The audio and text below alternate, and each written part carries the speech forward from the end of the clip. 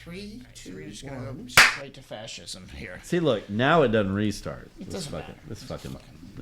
You know what? It's a fascist. Yeah.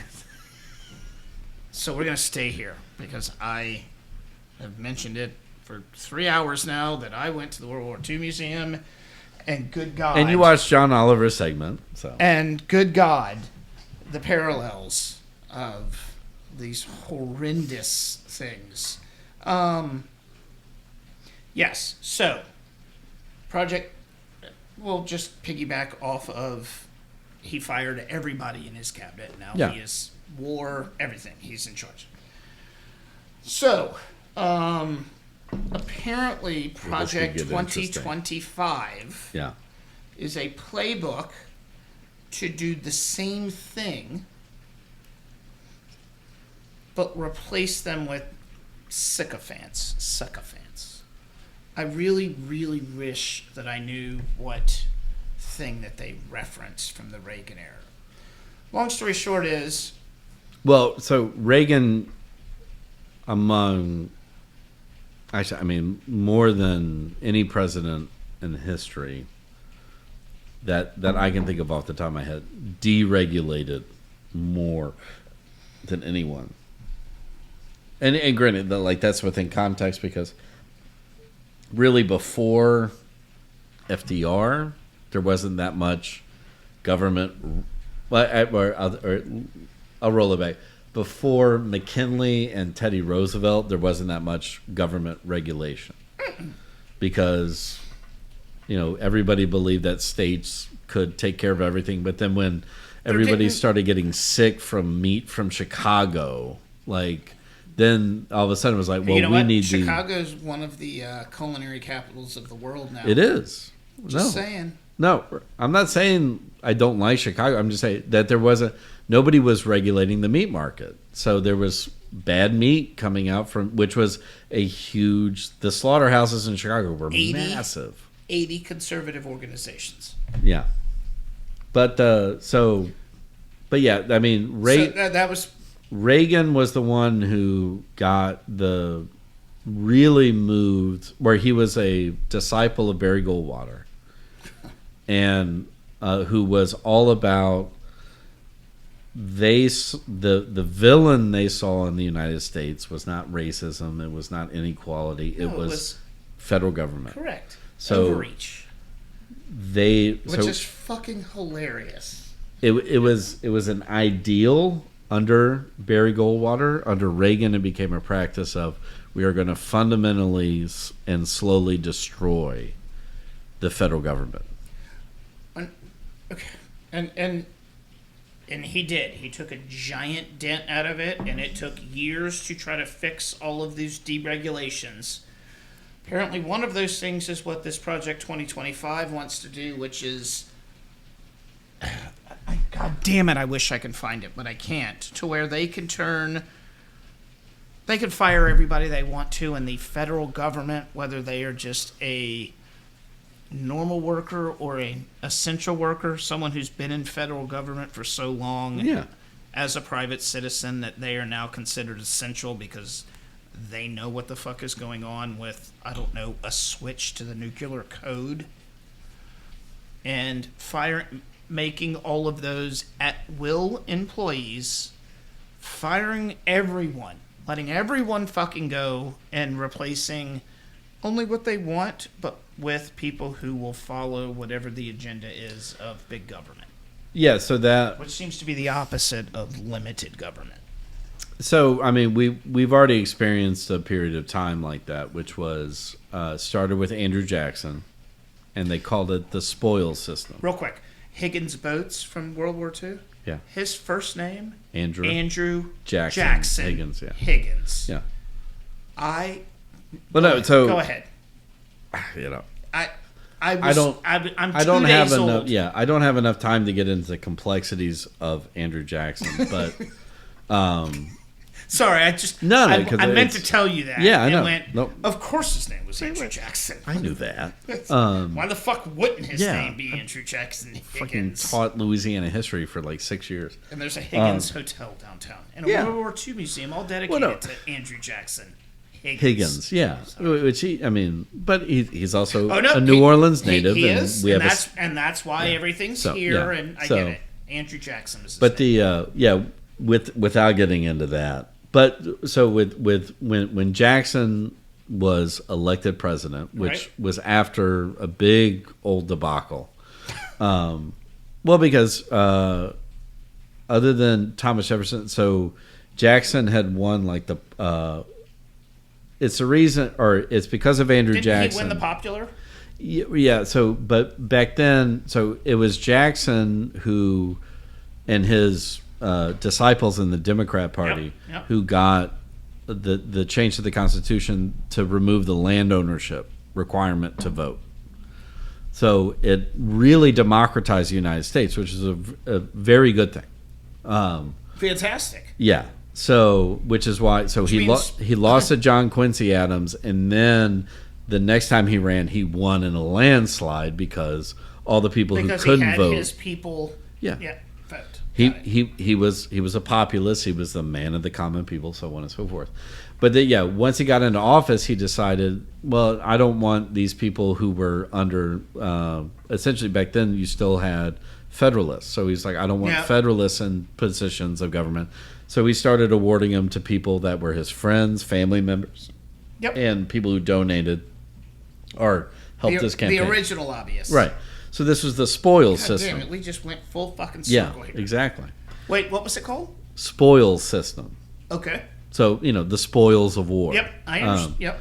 That continued until Grover Cleveland in the 1890s. And that's when you had the civil service exam was put into place. So that you actually I've taken that exam. Yeah. Twice. Anytime that you have Aced it. It's the best anybody had ever seen in history.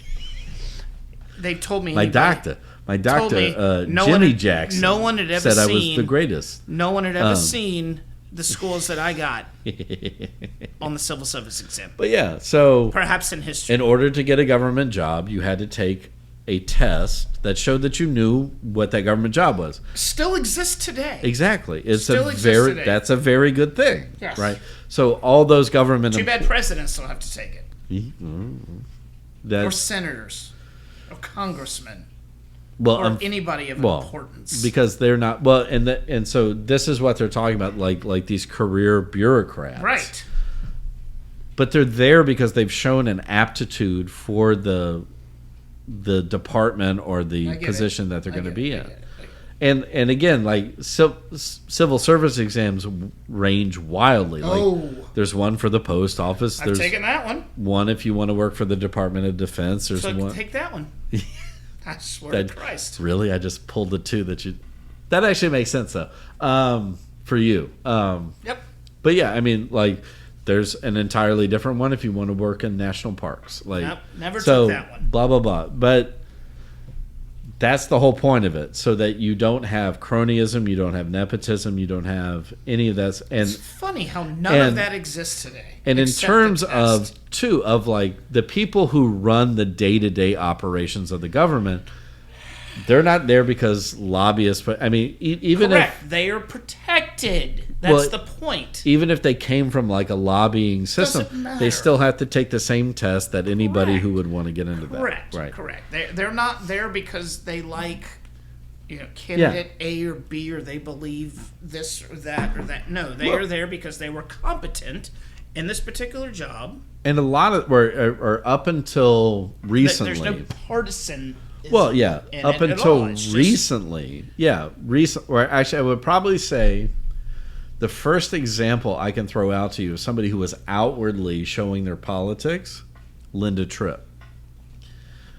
But it used to be the ethos of government employees was that you did not you might discuss it amongst your friends, but you never acted on your political ideology. You didn't do out-of-pocket interviews. There was no social media. It was just even the way that you ran your job. And so, again, I still kind of adhere to that. Being a history teacher, I try not to let my personal politics filter into what I convey in a classroom, So if somebody I goes, try to do it too. My therapist is helping with that. Yeah. And I don't teach. but it's that one, like, case in point, like if it's election, election or the day after election day, and I come back in and the kids are like, "Who'd you vote for?" It's like, you don't need to know. Yep. That is neither here nor there. It's insignificant. And the types of kids that I teach, they always assume I'm voting Republican, and I'm like, yeah, that's because that's I'm fine. white. Yeah, exactly.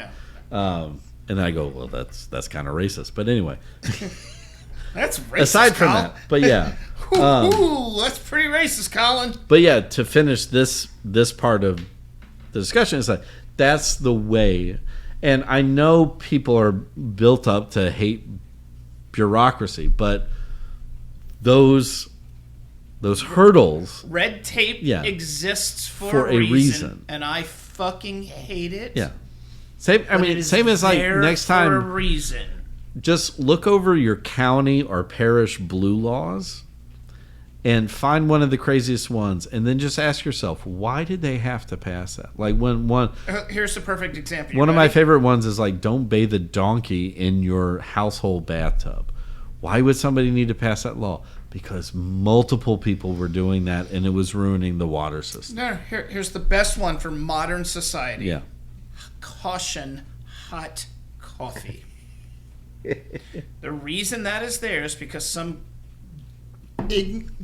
douchebag took a McDonald's coffee and tried to down it like it was a glass of water, burnt himself, and tried to sue.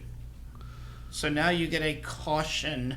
Not the old lady that got like, first degree or third degree burns. Not her. Just like you get the whole don't eat the paper. All right. Like 2 minutes. What else is scary about Project 2025? other than the fact that they have a blueprint, Yeah. and that they actually have people who are semi-intelligent working on this, but that they have learned from their mistakes.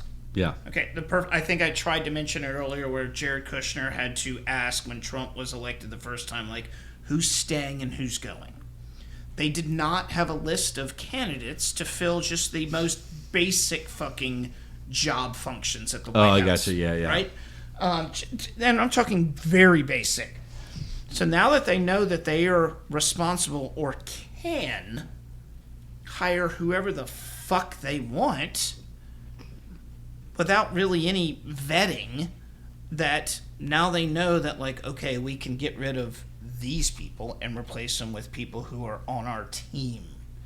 And then when you get further down it, you can sign an executive order to say that I can do that through all aspects of the government. I can put my that is fucking terrifying to me. Yeah, that's absolutely terrifying. And I know we've got executive orders now here and there, but there's always checks and balances. Project 2025 takes all of that out. Well, because you can go around Congress, you could go around Senate, you could just say, don't do that to whatever department it is. Yeah, if it's not on Congress's agenda. Nope. And if you got a Supreme Court like it is right now, Correct. I get that. And the checks and balances that what you like to reference could go away, which that's the scariest part of it all. Yeah, all right. You got 20 seconds to counteract that. This goes back to when our previous discussion, when you're like, oh, well, you're just like too nice. No. That's where, even if by some miracle Trump wins, he will